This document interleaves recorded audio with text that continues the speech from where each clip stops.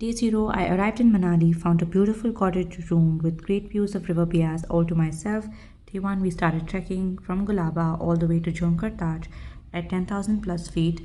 Day 2, we learned to unpitch our tents and start towards Rola Koli at 12,600 feet. It was a steep ascent throughout. The weather was very kind throughout a 4-day trek. We encountered hail in the evening, that's all.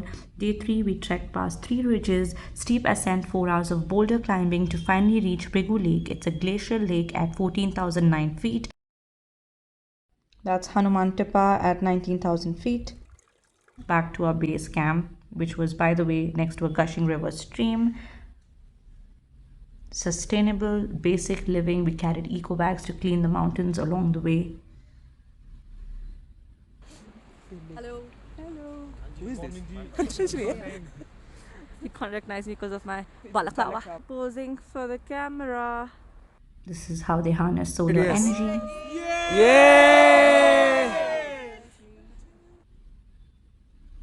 This herder had about 500 sheep. Day 4, we made our descent, 4 hours, encountered beautiful wildflowers, grasslands, and alpine meadows yet again.